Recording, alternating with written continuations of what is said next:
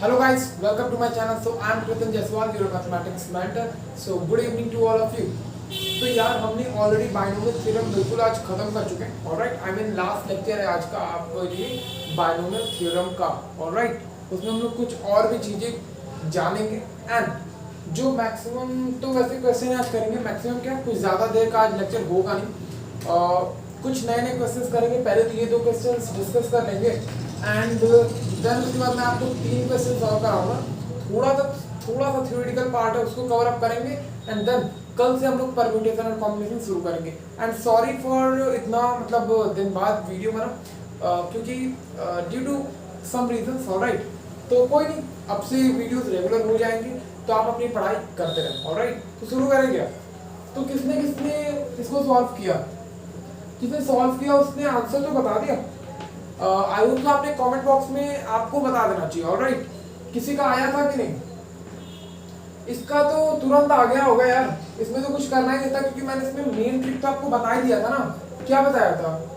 एक काम करते हैं, इसे अब यहीं पे रहने देते हैं. मैं बहुत जरा सा सॉल्व कर देता हूँ. ऑलराइट, उसके बाद तो आप कर सकते हो. मैं पूरा इसको सॉल्व करने जाऊंगा नहीं. ऑलराइट, तो एक काम करता है, इसको थोड़ा सा मैं सॉल्व करके बता देता हूँ करना क्या था. हाँ, तो मैंने आपको बताया था यार 1 + x को x इसी तरीके से रहने दो और वहां से क्या करो, x² कॉमन ले लो, कोई प्रॉब्लम नहीं है. ऑलराइट, जब यहाँ पे जब कॉमन लोगे तो आएगा क्या, 1 + x यहाँ पे भी बन जाएगा. तो ये और ये सेम है ना, और यहाँ पे बीच में क्या है, प्लस साइन है.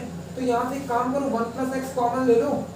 1 + x अगर कॉमन लिया तो होगा क्या, 1 + x². अब ध्यान से देखो, उसके पावर में भी तो समथिंग था. Whole to the power what, 11. याद है क्या? नहीं याद है तो वहां पे देख लो. एक काम करता हूँ, अभी इसको बाद में लिख देंगे. देख लेना 30 तक है. ये 30 तक जा रहा था पावर में. ऑलराइट, तो इसके पावर में कितना था, 11. तो इसके पावर में भी 11, इसके पावर में भी 11 आ जाएगा. ऑलराइट, इसके बाद तो कुछ करना ही नहीं था. अब कितने लोग के दिमाग में आ रहा होगा, सर मैं एक काम करूंगा, इसको जो है मैं पूरा एक्सपांड करूंगा. अरे क्यों करोगे, नहीं जरूरत है ना करने का. क्यों सर नहीं जरूरत? रीजन ये है ना, क्योंकि हमें उतना दूर जाने की जरूरत है. इसलिए नहीं, क्योंकि हमें चाहिए कितना, x⁴ ही तो x⁴ ला करके क्या करोगे, या x⁴ ला के क्या करोगे, x⁵ ला के क्या करोगे. चाहिए तो x⁴ ना. जैसे मैं क्या कहना चाह रहा हूँ, अगर आप इसको इस वाले ब्रैकेट को अगर आप एक्सपांड करो तो आप कहाँ तक, मैं थोड़ा सा बता देता हूँ. ऑलराइट, कैसे करोगे.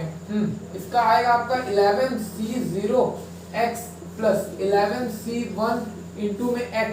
एक मिनट, यहाँ पे x⁴ हो जाएगा तो यहाँ पे बस यही बनेगा. ऑलराइट, और यहाँ पे क्या हो जाएगा, 11c2x² + 11c3x³ + 11c4x⁴. देखो, आपको अब इससे ज्यादा लिखने की जरूरत ही नहीं है. क्यों लिखेंगे हम, हमें जब इतना ही का काम है तो क्यों आगे जाए. अब कई लोग के दिमाग में सर इतना ही का काम क्यों है, तो ध्यान से सुनो. अभी तो ये जाना तो और आगे चाहिए, लेकिन हम नहीं ले जाएंगे क्योंकि हमारी जरूरत ये है.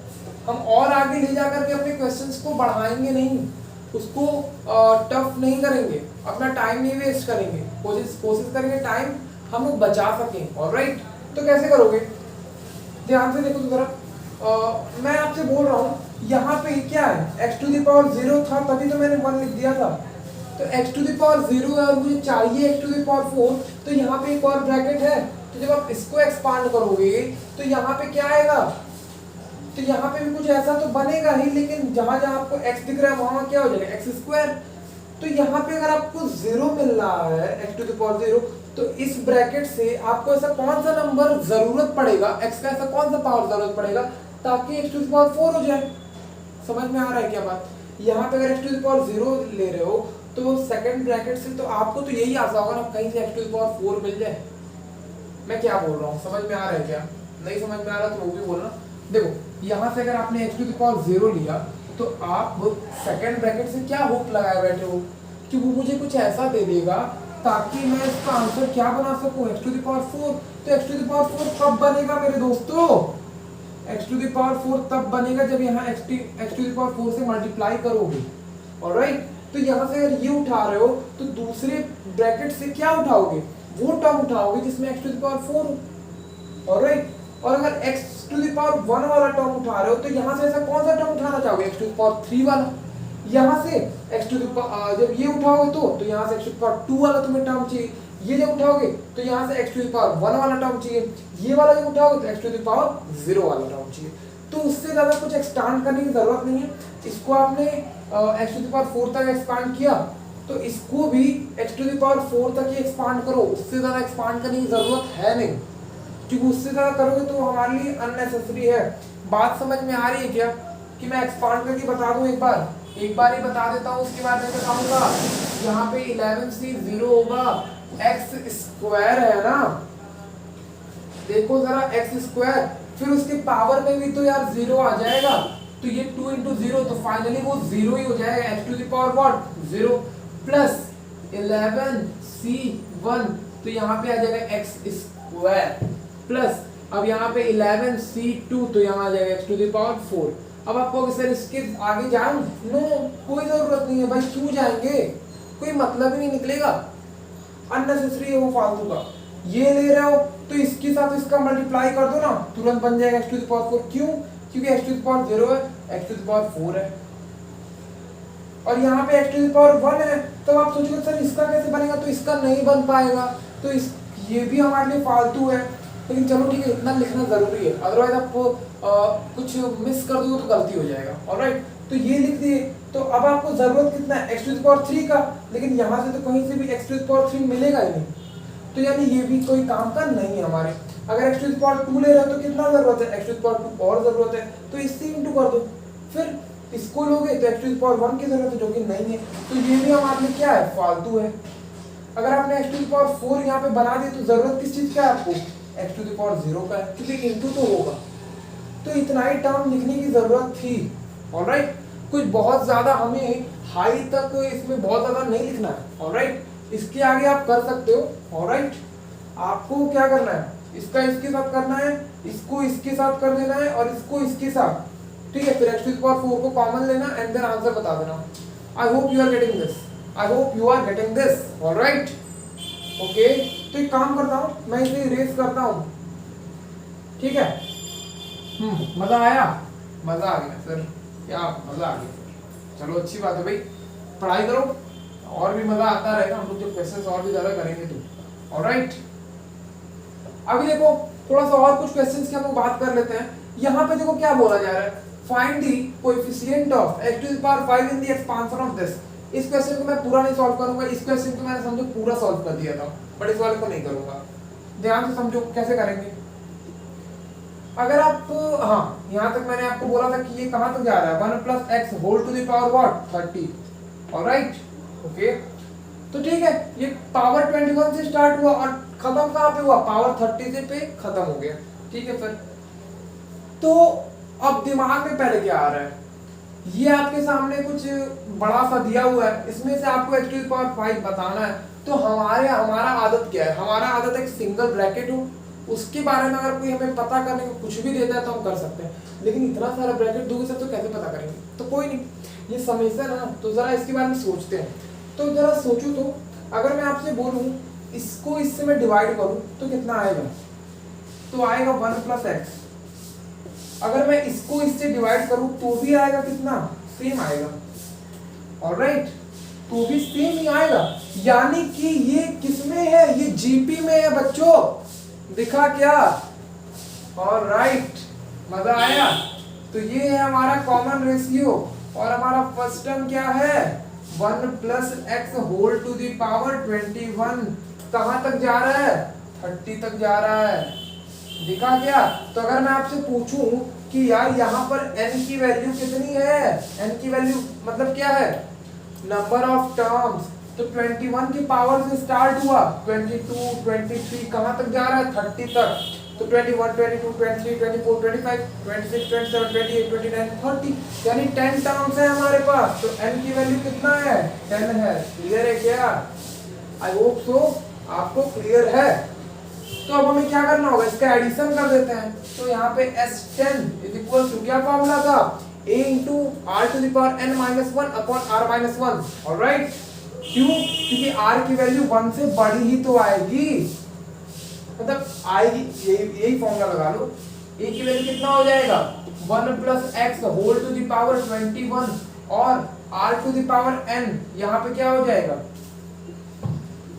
1 plus x whole to the power n, n की वैल्यू कितना है 10 है, minus 1, alright, upon r minus 1, r ये है, जब माइनस 1 करोगे ना तो यहाँ पे केवल क्या बच जाएगा x बच जाएगा, ऑलराइट, ओके, ये टर्म इससे इंटू होगा, तो यहाँ पे 1 प्लस एक्स, यहाँ पे 1 प्लस एक्स, तो कितना हो जाएगा 1 plus x whole to the power 31 हो जाएगा, क्या हो जाएगा 1 plus x whole to the power 31, और ये जब यहाँ पे जाएगा तो यहाँ पे क्या हो जाएगा 1 प्लस एक्स, काम करता हूँ यहाँ पे कंजस्टेड हो जाएगा तो यहाँ पे नहीं लिखते हम लोग यहाँ पे लिखते हैं, alright, okay, I hope you are getting this.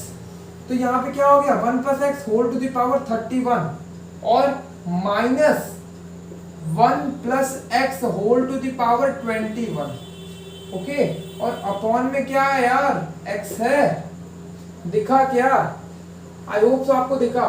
फिर अब क्या करें, अब क्या करें, कुछ दिमाग में आ रहा है क्या? बिल्कुल कुछ तो कर ही लेंगे, क्या, क्यों भाई, कुछ तो कर ही लेंगे। मुझे लगता है ना यार कि हमें इसको डिवाइड करना ही नहीं चाहिए था, फालतू में डिवाइड कर दिया, कोई मतलब ही नहीं, आई मीन डिवाइड कह रहा हूँ, इस ब्रैकेट को ओपन ही नहीं करना चाहिए था हमें, समझ पा रहे हो क्या? देखो मैंने इतना आपको बता दिया ना, r to the power n minus 1, r to क्या है a टू क्या है यार a into r to the power n minus 1 upon r minus 1, तो इतना करने के बाद इतना बना, ऑलराइट, ओके। तो जब इसको हमने अंदर ले गया तो कुछ इस तरीके का हमारे सामने व्यू दिख रहा है, तो करें किस तरीके से, देखो अब इसमें कुछ करना नहीं है, ध्यान से समझो, यहां से आपको एक काम करना पड़ेगा थोड़ा, ये माइनस में है ना, तो हमें माइनस में नहीं, हमें अगर मल्टीप्लाई में होता तो हम काम कर देते, तो माइनस में है तो इसलिए थोड़ा सा दिक्कत हो जाएगा, तो इसलिए एक काम करो, इसको आप बाहर ही रहने दो, ऑलराइट, तो इसको आप सॉल्व कर सकते हो, दिख रहा है क्या, नहीं पता चल रहा है? तो ध्यान से देखो यार, कर लोगे, कोई बहुत बड़ी चीज है नहीं, बता दूं क्या? अरे यार कुछ मत करना, इसको यहीं पर रहने दो, या फिर अगर लेकर के आ भी गए हो ना तो भी कोई इशू नहीं है, क्योंकि हमें बताना क्या है x टू द पावर 5, लेकिन इस तरीके से बता नहीं पाओगे क्योंकि यहाँ माइनस साइन आ गया या फिर प्लस साइन गया था तभी भी, लेकिन इस तरीके से हम लोग बता सकते हैं। यहाँ पे ये 1 आया है ना, पता चल रहा है क्या कुछ? ये पता चल रहा है, ध्यान से मैं एक बार बता देता हूँ आपको करना क्या है। देखो इसको जब आप तोड़ोगे, हल्का सा बता देता हूँ, देखो यहाँ पे 10c 0 इंटू व्हाट, इंटू में हो जाएगा आपका x टू द पावर भी 0, तो इसकी वैल्यू तो 1 आती है ना यार, और वहां पे एक 1 ऑलरेडी माइनस में है तो इसकी वैल्यू तो कट जाएगी ना।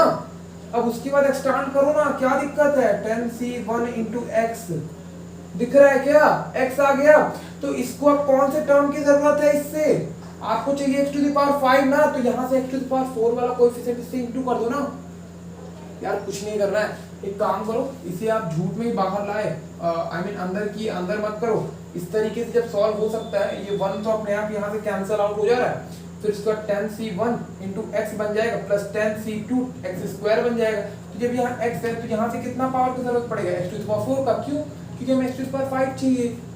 आई hope you are getting this, alright.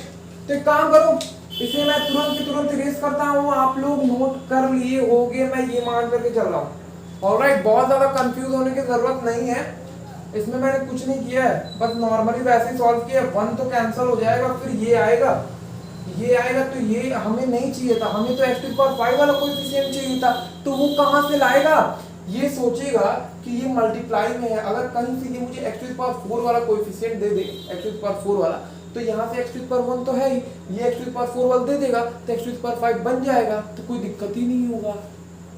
दिखा क्या?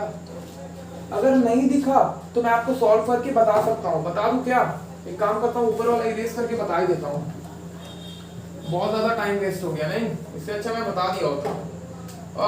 ओके, ध्यान से सुनो, कैसे कर सकते हो, आपको x टू द पावर 5 ही चाहिए था, तो यहाँ से एक टर्म तो मुझे बन रहा है क्या, कि हाँ यार चलो ठीक है, 10c1 इंटू एक्स आ रहा है, ऑलराइट, इसमें से, और एक क्या बनेगा, 10c1 इंटू एक्स स्क्वायर बनेगा प्लस 10c2, एक मिनट, 10c2 हो गया, into x to the power, यहाँ पे क्या रहेगा 3 रहेगा, x to the power 3, alright, plus 10c4 into x to the power 4 plus 10c5 into x to the power 5, alright. ये यहाँ पे अब इसको जब आप एक्सपांड करोगे ना तो इसको भी कुछ ज्यादा एक्सपांड करने की जरूरत नहीं है, यहाँ एक्स टू द पावर 1 है तो जरूरत किस चीज की है, एक्स टू द पावर 4 की, तो यहाँ से ले लेगा। यहाँ एक्स स्क्वायर है तो जरूरत किस चीज की है, एक्स टू द पावर 3 की, तो ऐसे ही कर लेना ना यार, इंटू ही तो करना है, इंटू करोगे फिर एक्स टू द पावर 5 को कॉमन ले लेना। समझ पा रहे हो क्या? एक काम करो, इसे नोट करो जल्दी से, नोट हो गया क्या? ऑलराइट, एक काम करता हूं, अब मैं इसे इरेज करता हूं। ऑलराइट, नोट कर लिया क्या? नोट करो जल्दी। अब मैं इसे इरेज करता हूं, आई होप सो आपने नोट कर लिया होगा। ऑलराइट, समझ गए क्या क्या किया है मैंने? बहुत सिंपल था, सारे क्वेश्चन इसी तरीके से बनते हैं। अगर आपको बेसिक्स पता है तो आप कोई भी क्वेश्चन फोड़ दोगे, ठीक है क्या? समझ पा रहे हो? आई होप तो आपको क्लियर इतनी बातें तो हो गई है। देखो, पहले बात तो मैं आपको एक क्वेश्चन करा देता हूँ, ऑलराइट। जो होमवर्क दिया था वो तो होमवर्क डिस्कशन हमने कर ही लिया, एक क्वेश्चन पहले कर लो, उसके बाद हम लोग फिर थोड़ा सा थ्योरेटिकल पार्ट कवर अप करते हैं हम लोग। क्वेश्चन नोट करो तो जरा।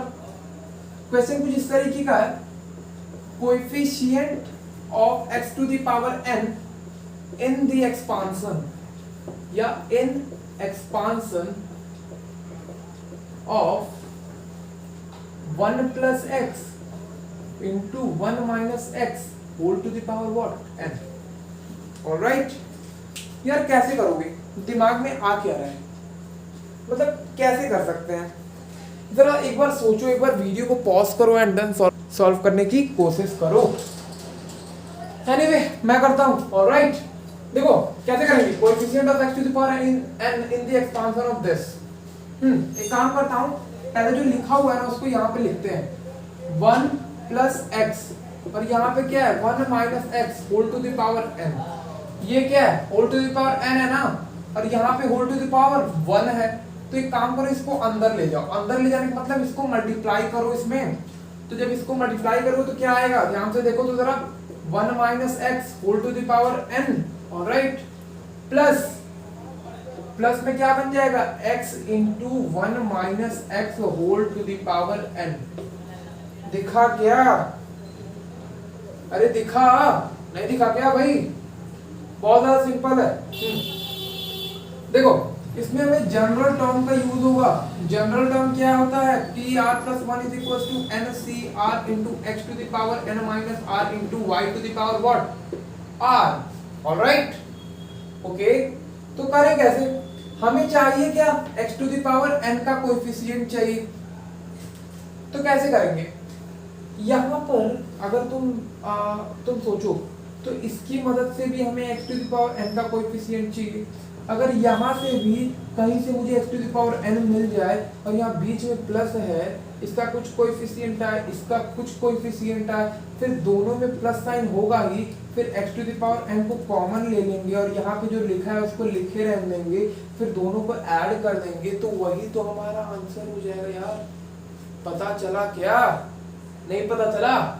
हमें बस कोएफिशिएंट बताना है तो यही तो तरीका अप्लाई करेंगे। लेकिन यहाँ पे इंपॉर्टेंस किस बात का है, एक चीज गौर करने वाली यहाँ बात है, वो क्या है, वो यहाँ ये है, ठीक है, यहाँ से x to the power n तो चाहिए, मैं मानता हूँ, मैं यहाँ से भी मानता हूँ कि x to the power n चाहिए, लेकिन यहाँ से x to the power n मिलेगा कब?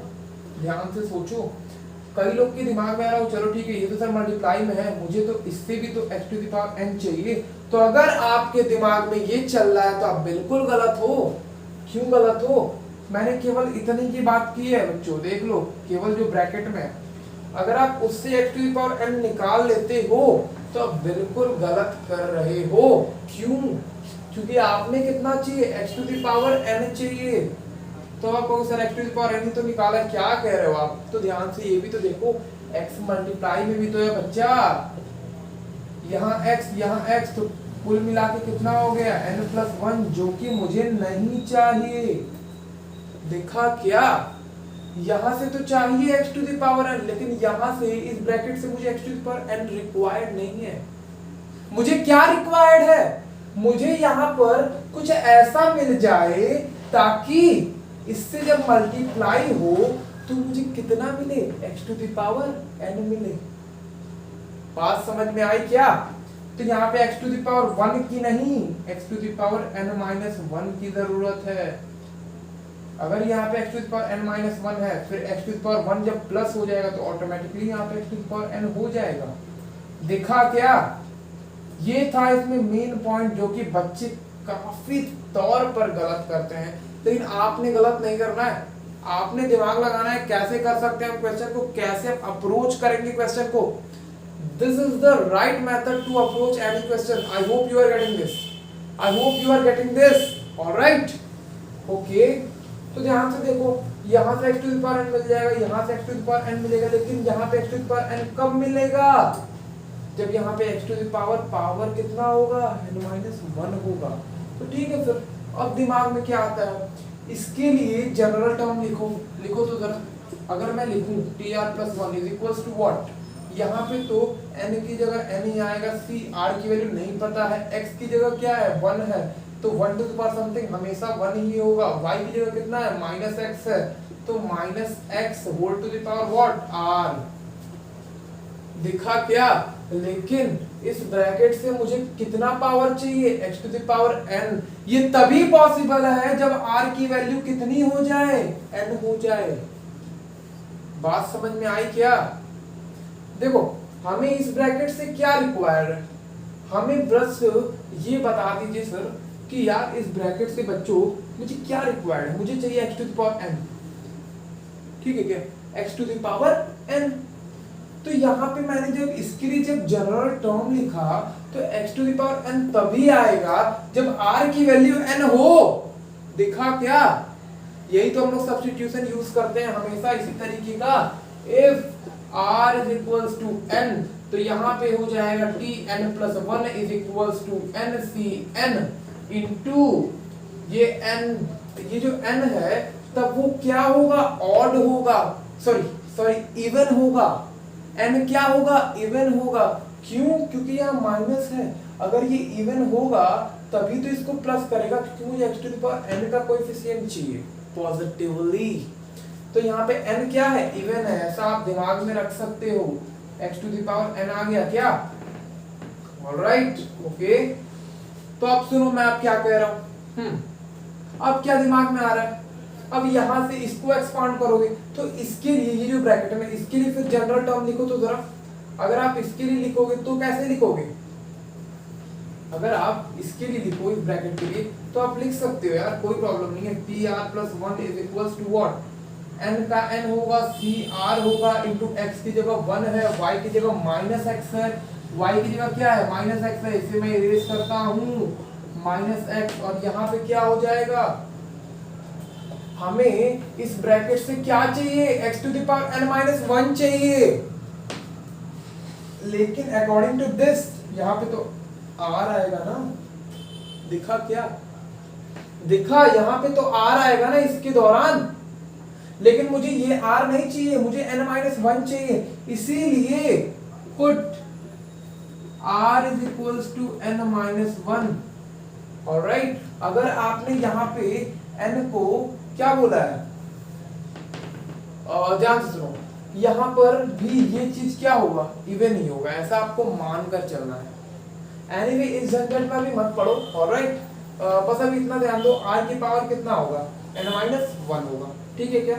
ऑलराइट, ठीक है। फिर तो यहाँ पे क्या आ जाएगा, t, यहाँ पे n माइनस 1 जब पुट करोगे तो ऑटोमेटिकली यहाँ पे हो जाएगा आपका n is equals to n c n minus 1 into x to the power automatically n minus 1 कर लो। अभी माइनस का चिंता मत करो। ऑलराइट, ये मान के चलो कि n माइनस 1 यहाँ पे क्या है, इवन है।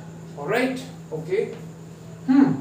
तो मुझे क्या कह रहा है ये, ठीक है। फिर सर ये होता है, हमें यहाँ से x to the power n का कोएफिशिएंट चाहिए था, यहाँ पे x to the power n minus 1 का कोएफिशिएंट चाहिए। ऑलराइट, तो जब ये चीज इससे इंटू होगा तो x to the power n बन जाएगा। तो ये कोएफिशिएंट है और ये कोएफिशिएंट है, दोनों को क्या करो, ऐड ही तो करना है। एक काम करो, इसको और इसको ऐड कर दो। यहाँ पर जब ये चीज किससे आया, इससे आया, तो इसमें x मल्टीप्लाई में भी तो है, तो x to the power n आ जाएगा। क्या मैं काम कर रहा हूँ, x to the power n को कॉमन लिया, यहाँ से क्या बच रहा है, NCn प्लस वहां से क्या बचा है, NCn minus one, NCn minus one. Alright, और यहाँ पर इनटू में क्या है, इनटू में तो अभी x to the power n जो कि मुझे फाइंड करना था। तो I hope so you are getting this, I hope you are getting this. पता चला क्या क्या किया मैंने, NCn की वैल्यू शायद 1 होती है और n माइनस वन, इसको आप कैलकुलेट कर लेना, कोई बहुत बड़ी बात है नहीं। ऑलराइट, और अगर कहीं कैलकुलेशन मिस्टेक हुआ होगा तो आप वो चेक कर सकते हो, इतने तो आप बहादुर हो। ऑलराइट, ठीक है, फिर दिखा क्या, कैसे किया, कैसे अप्रोच किया क्वेश्चन को, बहुत ज्यादा सिंपल था, कोई बहुत ज्यादा टफ था नहीं। ठीक है, तो एक काम करता हूँ, अभी मैं इसे इरेज करता हूँ। ऑलराइट, नोट कर लो, एक बार अच्छे से देख लो, मैं इसे इरेज करने जा रहा हूँ। ठीक है क्या, अब हम लोग आते हैं एक कॉन्सेप्ट पर।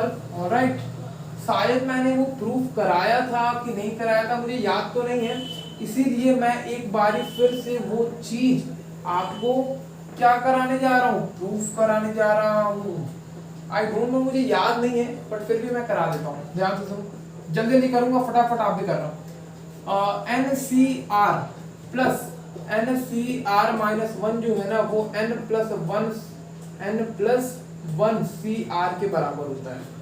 नोट कर लो, प्रूफ भी कर देते हैं। LHS, ध्यान से देखते चलो, अभी नोट कर लेना। मैंने LHS को लिया, इसको क्या किया, इसको ओपन किया, n factorial upon n minus r, और यहाँ पे क्या हो जाएगा, factorial into r factorial.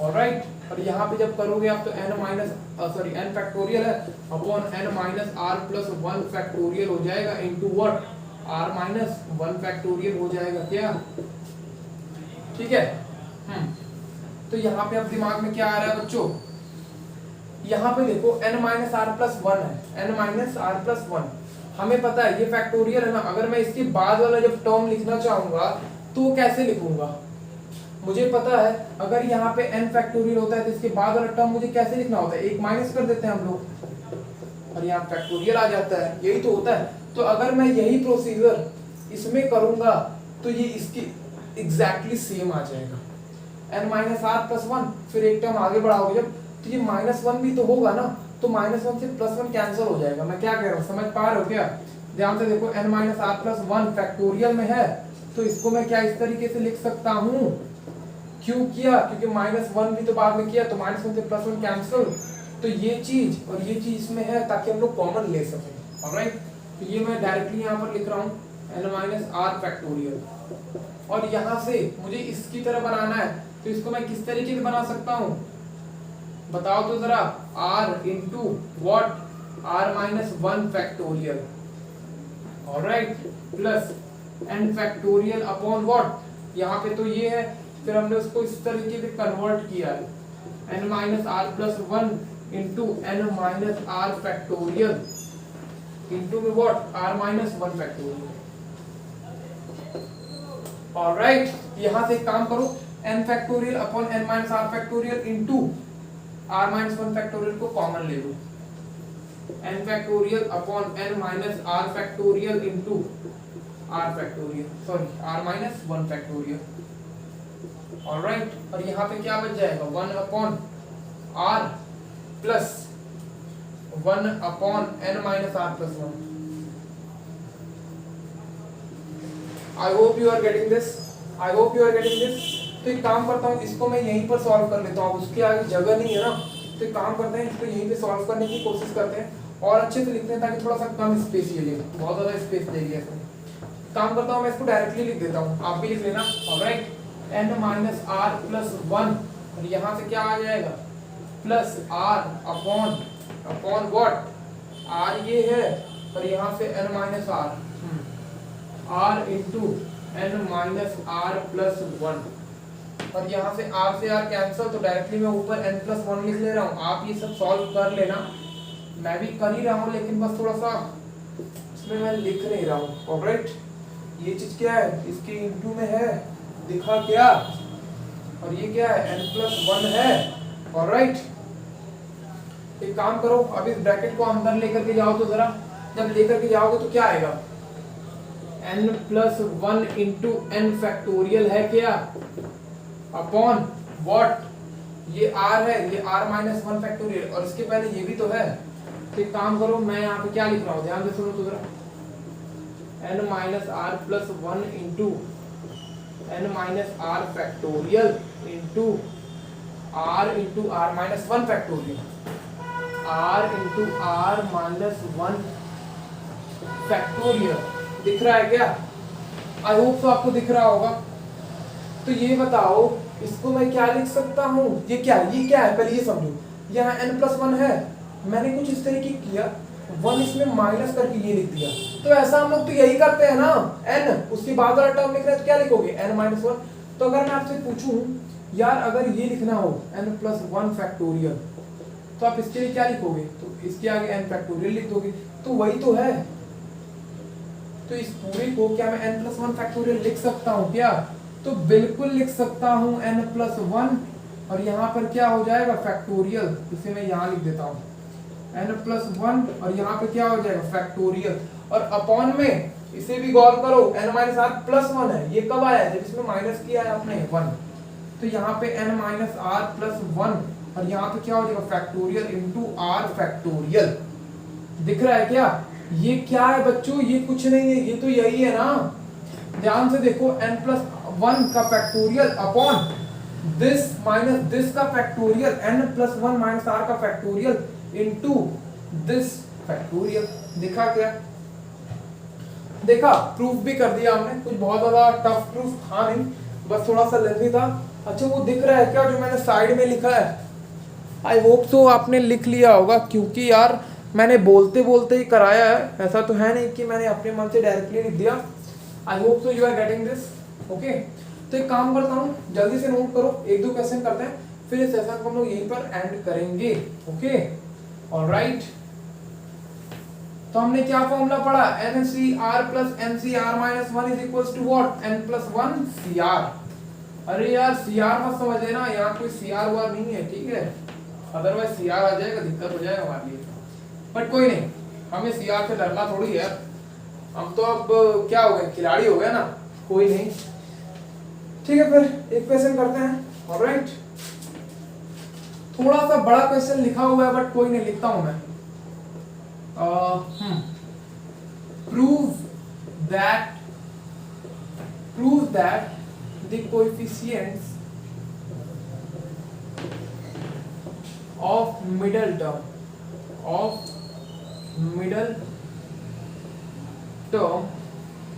in the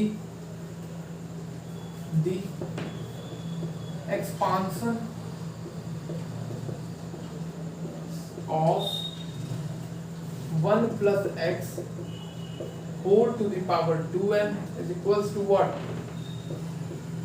Sum of the coefficients of the middle term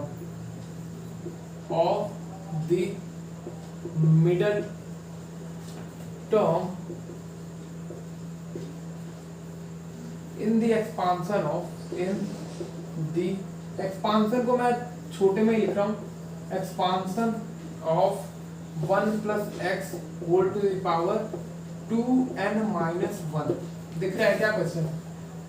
I hope सो आपको दिख रहा होगा। एक बार मैं भी देख लेता हूँ आप लोग को दिख रहा है फिर नहीं दिख रहा है। एकदम बढ़िया दिख रहा है। तो पढ़ लो एक बार क्वेश्चन को। Prove that the coefficients of the middle term in the expansion of 1 plus x whole to the power 2n is equals to sum of the middle term in the expansion of this। Alright, तो पूरा इसमें खेल किस चीज का है? Middle term का है, जो कि हमने लास्ट लेक्चर में ऑलरेडी पढ़ा हुआ है। तो मिडिल टर्म याद है क्या? एनीवे अगर नहीं याद हो तो यहाँ पर याद जरूर हो जाएगा। ठीक है, prove that the coefficient of middle term in the expansion of this. तो ये है कोई एक्सपांशन 2 into n है, तो n की वैल्यू चाहे ऑड हो चाहे इवन हो, 2 के मल्टीपल ही तो है। मतलब क्या है, फाइनली 2n क्या होगा? इवन होगा। इतना तो पक्के से पता चल गया कि ये क्या है? इवन है। पहले ये पता करना होता है क्योंकि इसी पे तो कहानी बेस होता है। ऑलराइट, तो जब वो इवन है तो उसके लिए अगर मैं आपसे बोलूं मिडिल टर्म क्या होगा, मिडिल टर्म उसके लिए क्या होगा बताया था ना, n/2 + 1, याद है क्या, याद होगा।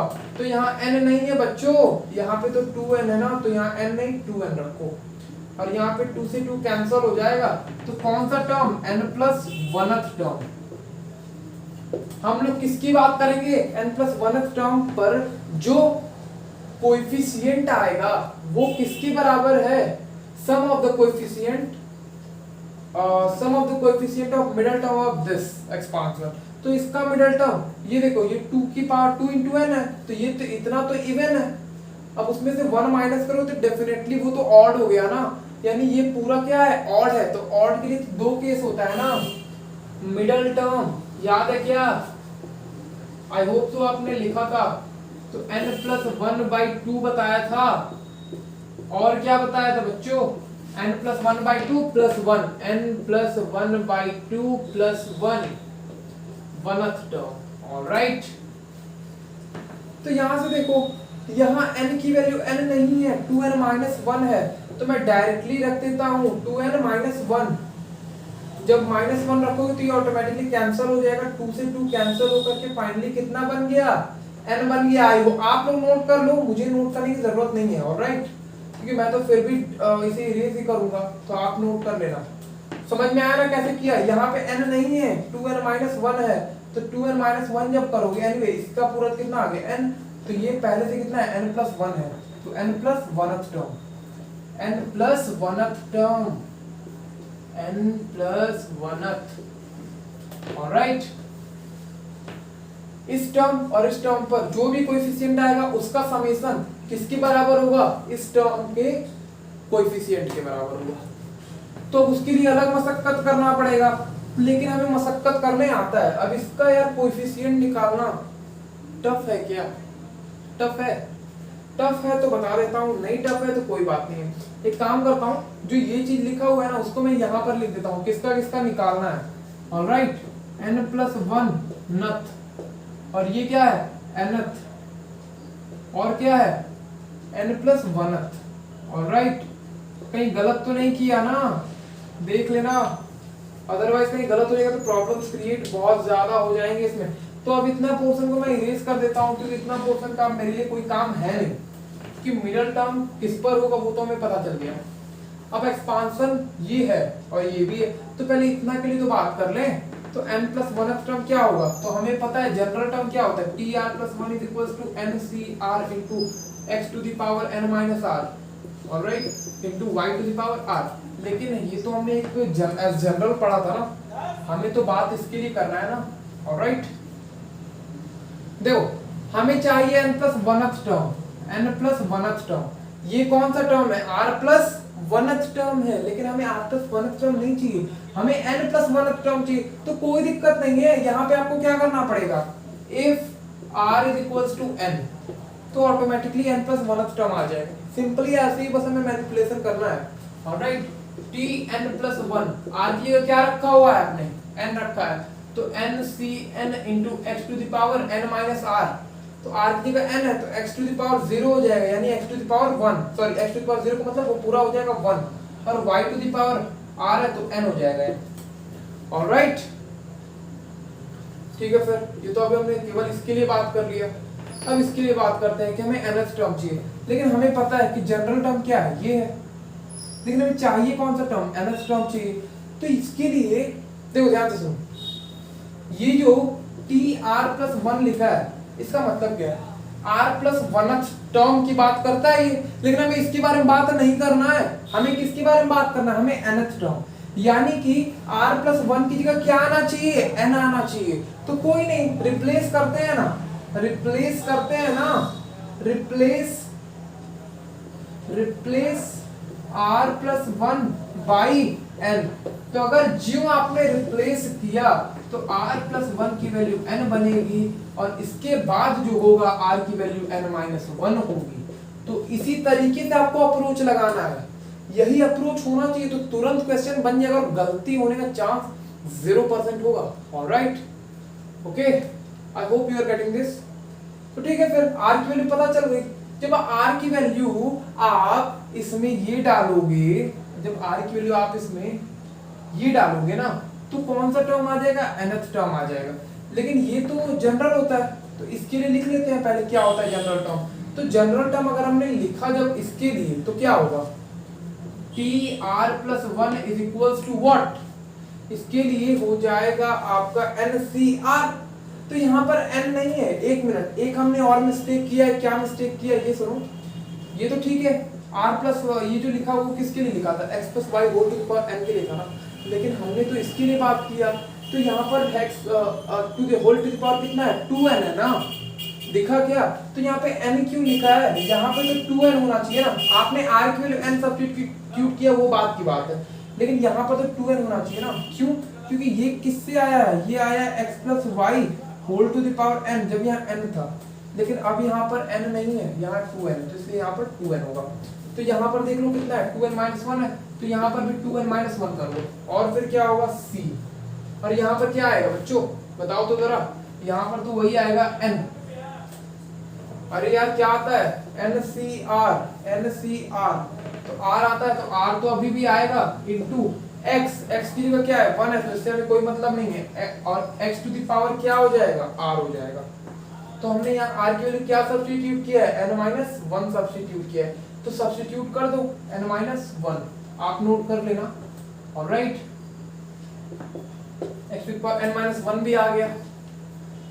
तो जब आपने n-1 पुट किया है, तो यहाँ पर कौन सा टर्म है, वो nth टर्म है। हमें ये टर्म के बारे में पता चल गया, ये टर्म के बारे में पता चल गया। ये पता करना है तो कैसे करोगे, कर लोगे क्या, कर लेंगे ना सर। हमें r प्लस 1 की जगह क्या लिखना होगा, हमें n प्लस 1 लिखना होगा। तो यानी r की जगह आप क्या पुट कर दो, बस n पुट कर दो। तो यहाँ पर जब आप लिख रहे थे t r plus 1 is equals to what, 2n minus 1 c r into x to the power r लिखा था ना, तो इस बार r की वैल्यू क्या सब्स्टिट्यूट कर रहे हो, n सब्स्टिट्यूट कर रहे हो। तो यहाँ पर n डाल दो ना, n जब डालोगे तो यहाँ पर तो n हो गया, और यहाँ पर क्या हो गया, n हो गया। नोट कर लो इसे, जल्दी से नोट कर लो तो जरा, प्लीज नोट करो इसे जल्दी। तो हमें यहाँ पे केवल कोएफिशिएंट का बात कर रहा था। कोएफिशिएंट ये है, ये है और ये है। तो एक काम करता हूँ, ये बोला है क्वेश्चन के according 2n cn is equals to what, 2n minus 1 cn minus 1 plus 2n minus 1 cn। Alright, तो ये हमारा फाइनली इतना कुछ, ये सिंपल सा इक्वेशन लाने के लिए हमें कितना ज्यादा स्टेप्स को कवर अप करना पड़ा। इन सारा स्टेप्स वो था जो कि हमने पहले भी किया हुआ था, ठीक है। अब देखो, अब क्या करना था यार, फाइंड क्या करना है, prove that the coefficient of middle term in the expansion. Okay, इसको बराबर प्रूफ करना है, ऐसा प्रूफ करना है यार। तो कोई नहीं, अभी तो हमने एक इक्वेशन पढ़ा है क्या, NCR plus NCR minus 1 is equal to what, n plus 1 CR। ध्यान से देखो, अगर मैं इसको कंपेयर करूं, एक काम करता हूं, ऊपर वाला पोर्शन में थोड़ा सा इरेज करता हूं। ओके, जरूरत है मुझे थोड़ा ऊपर वाले पोर्शंस की, मुझे वो दोनों के दोनों इक्वल प्रूफ करना है ना बच्चों। ध्यान से देखो, तो अभी मैंने एक फॉर्मूला बड़ा इंपॉर्टेंट पढ़ा, NCR plus NCR minus 1 is equal to what, n plus 1 into CR, sorry n plus 1 CR। तो यहाँ पर अगर मैं इसको देखूं, तो इसको मैं अगर n की तरह बिहेव करूं, तो ये n है, देखो c के ऊपर यहाँ पर तो n है, लेकिन यहाँ पर c के ऊपर क्या है, 2n माइनस 1, तो ये n की जगह है, और यहाँ पर भी तो वही है, यानी ये और ये सेम है, और यहाँ पर भी ये और ये सेम है, ठीक है। तो यहाँ पर क्या है, एक r है, एक r माइनस 1 है, मतलब एक r है तो एक इससे कम है। तो यहाँ पर अगर एक n है तो एक क्या है बच्चों, n माइनस 1 है, और वो किसके बराबर होगा, n प्लस 1 CR। तो ठीक है, तो n तो ये है ना, एक काम करो मेरी बात सुनो, हमने ये प्रूफ कर लिया था, तो ये चीज इसके बराबर होता है n प्लस 1। हमें क्या किया, हमने बस किया ये जो लिखा हुआ है ना, इसमें क्या करो, n प्लस 1 कर दो, c लगा दो, और यहाँ जो बड़े वाले पे लिखा हुआ है ना, उसी को यहाँ पर लिख दो। यही तो कर रहे थे, I mean, यही तो करने का कुछ तरीका हम ऐसा याद रख सकते हैं, ठीक है। फिर तो ये भी कुछ उसी तरीके से जब बिहेव करेगा ना, जब आप इसको कंपेयर करोगे इससे, तो ये n की तरह बिहेव कर रहा है, तो हमने n प्लस 1 किया है ना, तो ये n है ना, तो इसमें जब आप क्या करोगे, 1 जब प्लस करोगे और C, अब आप क्या लगाओगे, जो बड़ा सा लिखा हुआ ये r है, ये r माइनस 1 है, तो बड़ा तो ये है, तो बड़ा वाला लिख दो। तो यहाँ पे बड़ा कौन है, n माइनस 1 और n बड़ा आ रहा है, तो यहाँ से 1 से 1 कैंसल, तो फाइनली 1 क्या आ जाएगा, 2nCn। तो वही तो लिखा हुआ है यहाँ पे, प्रूफ हो गया क्या? I hope you are getting this. तो विद दिस फॉर्मूला हमने एक बहुत ही अच्छे से क्वेश्चंस को कर पाए। ऑलराइट, एक बार और इसको बता दूं क्या, और इस बार और इसको थोड़ा सा एक्सप्लेन करने की कोशिश करता हूं। देखो हमने ये फॉर्मूला पढ़ा, NCR n plus NCR minus 1 is equal to n plus 1 CR। तो यहाँ पे 2n माइनस 1 जो है ना वो किसकी तरह बिहेव कर रहा है, n की तरह बिहेव कर रहा है, और यहाँ पर CR है और यहाँ पे क्या है, एक उससे कम है, ठीक है। तो ये अगर 2n माइनस 1, तो यहाँ पे भी तो वही है, यहाँ पे अगर Cn है तो यहाँ पर क्या है, उससे कम है, तो वही वाला केस तो है। ये कैसे आया, हमने ये सोच रहे, ये इस तरीके से कुछ आया होगा, ये जो है ना इसमें हमने 1 प्लस किया और C लिख दिया, और इसमें से जो बड़ा है वो लिख दिया, ऐसा ही कुछ किया होगा। तो वैसा ही कुछ हमने इसमें भी किया, यहाँ n की तरह कौन बिहेव कर रहा है, ये तो ये लिखा, इसमें +1 किया, फिर C लिखा, फिर यहाँ जो लिखा है इन दोनों में जो बड़ा है उसको यहाँ लिख दिया। तो n-1 बड़ा है कि n बड़ा है, n बड़ा है तो n लिख दिया, फिर इसको सॉल्व किया तो 2nCn जो कि ये है। ऑलराइट, तो हमने ये बहुत ही अच्छा क्वेश्चन प्रूफ कर दिया। तो एक क्वेश्चन आपको होमवर्क के लिए मैं दे देता हूँ, फिर सेशन को हम लोग यहीं पर एंड करते हैं। और वो क्वेश्चन मैं अब डिस्कस नहीं कर सकता, बट फिर भी परम्यूटेशन एंड कॉम्बिनेशन करने से पहले वो ज्यादा इंपॉर्टेंट है, तो कर भी लूंगा, कोई प्रॉब्लम नहीं है मुझे। ऑलराइट, एनीवे एक काम करता हूँ, वो थ्योरी बता भी देता हूँ, नहीं तो फिर बाद में प्रॉब्लम हो जाएगा।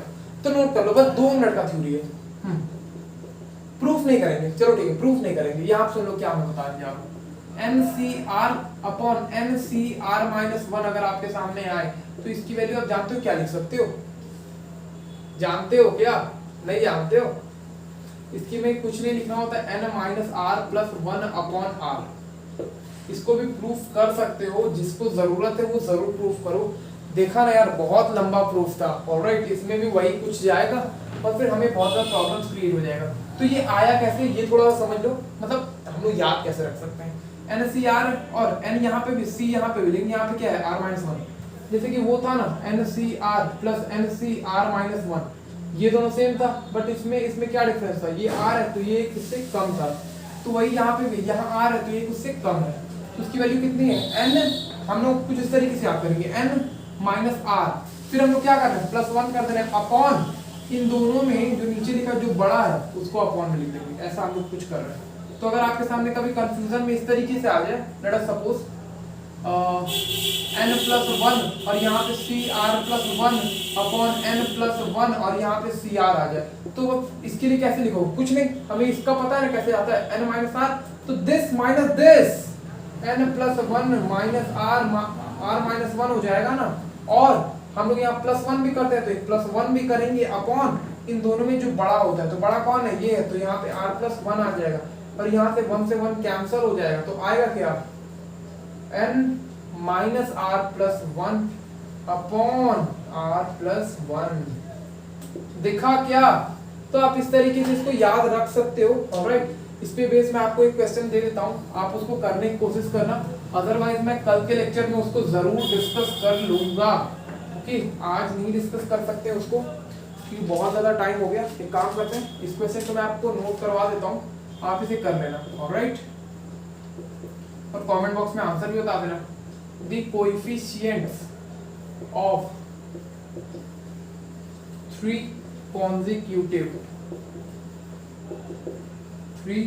consecutive terms in the expansion